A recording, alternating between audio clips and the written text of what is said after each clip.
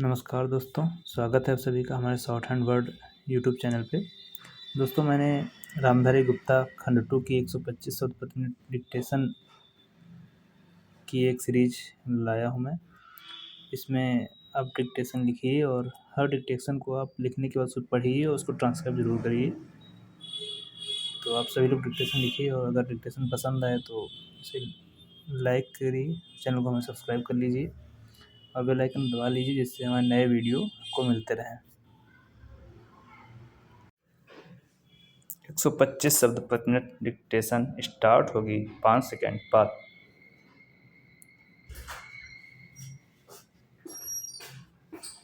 महोदय, आज के इस समारोह का अपना अलग महत्व है। पंचायत भारतवर्ष की एक बहुत पुरानी संस्था है और जैसा अभी कहा गया, इन्हीं पंचायतों के कारण ही भारतवर्ष अब तक जीवित रह सका है। हम पर बाहर से बार बार आक्रमण हुए, विदेशियों की विजय हुई, पर ग्राम पंचायतें अपने स्थान पर ज्यों की त्यों बनी रहीं। अंग्रेजी शासन के विस्तार के फलस्वरूप अन्य संस्थाओं के बिखर जाने के साथ साथ ये पंचायतें भी नष्ट हो गईं। जिस समय हम लोग ब्रिटिश सरकार से भारत के लिए स्वराज्य प्राप्त करने के प्रयत्न में लगे हुए थे, उस समय गांव-गांव में जो कांग्रेस कमेटियां स्थापित हुईं, वे एक प्रकार से पंचायतें ही तो थीं, पर उस समय हमारे हाथों में अधिकार नहीं था और जो पंचायतें स्थापित हुईं, वे जनता की इच्छा से ही स्थापित हुईं। हमारे हाथों में जब अधिकार आया तो उस समय ये ग्राम पंचायतें सभी स्थानों पर थीं। संविधान बनाते समय भी यही सोचा गया कि ऊंची व्यवस्थापिका सभाओं तक पहुंचने के लिए पंचायतें ही सबसे कड़ी होंगी। उसके बाद सभी प्रदेशों और राज्यों की सरकारों ने पंचायत संबंधी कानून पास किए और पंचायतें स्थापित होने लगीं। इस समय प्रायः सभी राज्यों में पंचायतें हैं। यह दूसरी बात है कि कहीं पर उनका काम भली-भांति चल रहा है और कहीं उतने सुचारू रूप से नहीं चल रहा।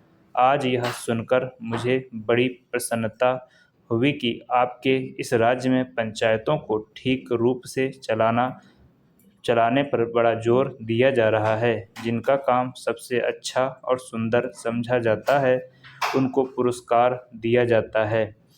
इसलिए मैंने आपकी ओर से आज 2-4 पंचायतों के मुखिया लोगों को अनुदान दिया। मैं उनको बधाई भी देना चाहता हूँ कि उनका काम 4000 ग्राम पंचायतों में सबसे अच्छा समझा गया। हमें यह स्मरण रखना चाहिए कि पहले की हमारी पंचायतें क्यों मिट गईं।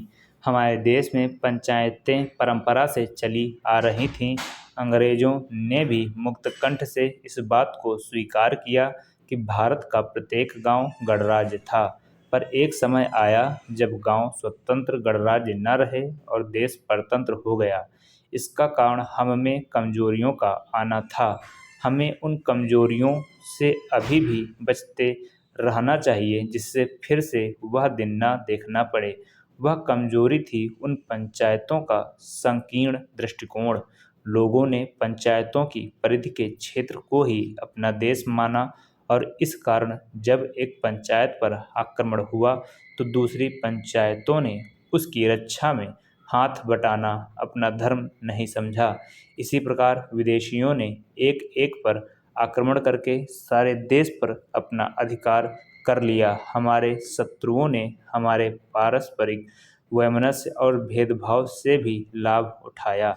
अभी हाल में जब भाषावार राज्यों का प्रश्न उपस्थित हुआ तो गांव की छोटी-छोटी पंचायतों ने जैसी सम्मतियां प्रकट की, उनसे यह स्पष्ट हो गया। महोदय, अन्य उद्योगों और प्रत्येक राष्ट्रीय गतिविधि की भांति समाचार पत्रों को भी समय-समय पर बदलती हुई परिस्थितियों के अनुरूप बनना होता है। हमारे स्वाधीनता संग्राम के अवसर पर राष्ट्रीय पत्रों ने बहुत बड़ा काम किया, जिसे राष्ट्र प्रशंसा की भावना के साथ सदा स्मरण रखेगा। देश के स्वाधीन होने के बाद से समाचार पत्रों के दायित्व में मौलिक परिवर्तन हुआ। देश से विदेशी सत्ता के जाते ही स्वतंत्र राष्ट्र के प्रतिनिधियों के हाथ में आ गया।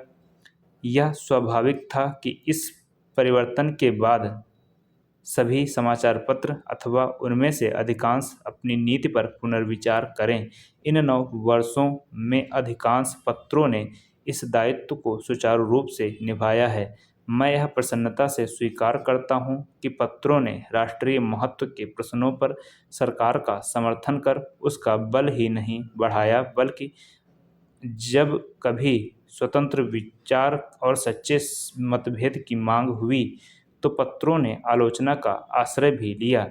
किसी भी पत्र का मूल्य अंततोगत्वा महत्वपूर्ण प्रश्नों पर उसके निर्भीक और निष्पक्ष विचारों के आधार पर ही आंका जा सकता है।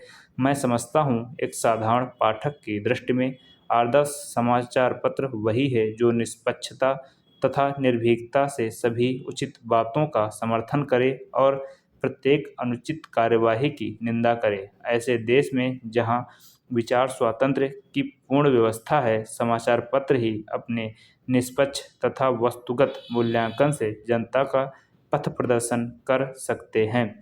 यह काम उतना ही आवश्यक है जितना जनसाधारण में संवादों का प्रसार करना।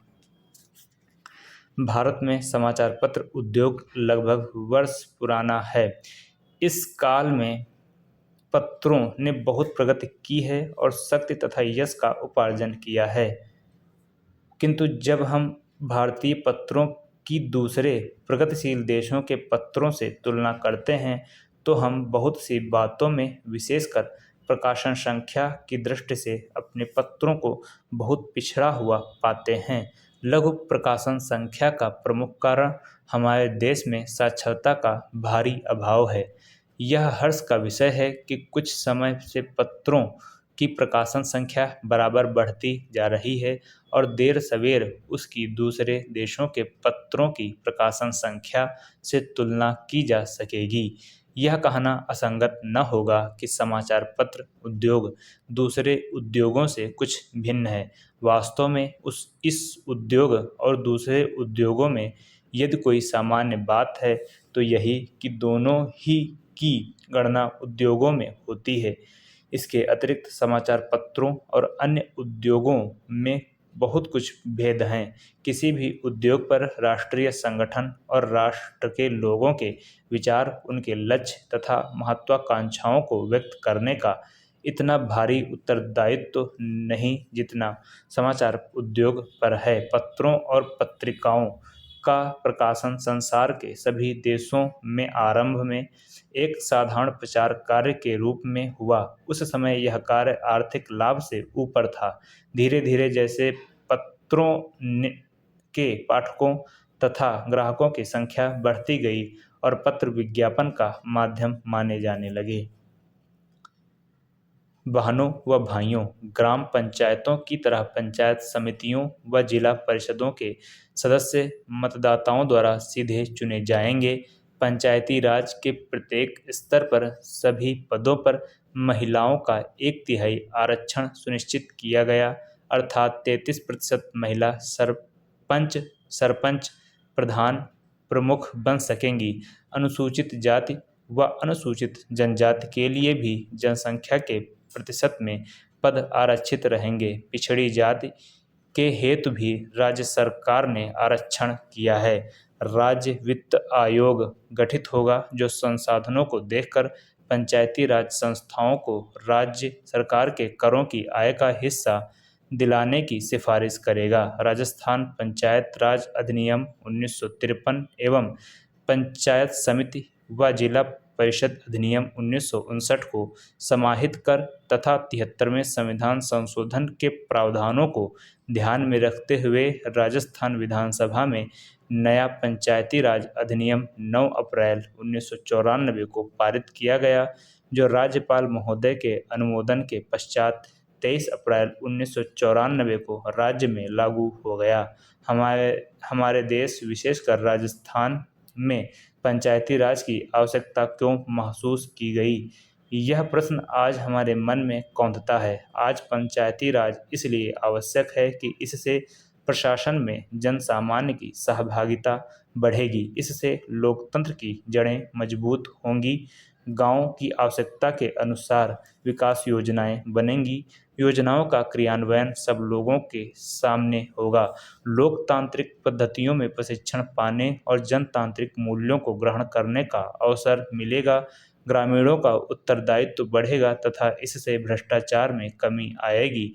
अनुसूचित जाति, अनुसूचित जनजाति व अन्य पिछड़े वर्गों की प्रभावकारी सहभागिता से राजनैतिक, सामाजिक व आर्थिक खाई पटेगी। विकास संबंधी निर्णयों में महिलाओं की भागीदारी बढ़ेगी तथा सामाजिक कुरीतियां मिटेंगी। लोगों में सहयोग और अपनत्व की भावना बढ़ेगी। इससे ग्रामीण जीवन सुंदर और सुखी बनेगा। गांव की समृद्धि देश को गरिमा व शक्ति देगी और कमजोर वर्गों पर विशेष ध्यान दिया जा सकेगा। पंचायती राज संस्थाओं में समाज के कमजोर वर्गों का, विशेषकर अनुसूचित जाति, अनुसूचित जनजाति, अन्य पिछड़े वर्गों आदि को उचित मात्रा में प्रतिनिधित्व देने में विशेष ध्यान रखा है। समाप्त।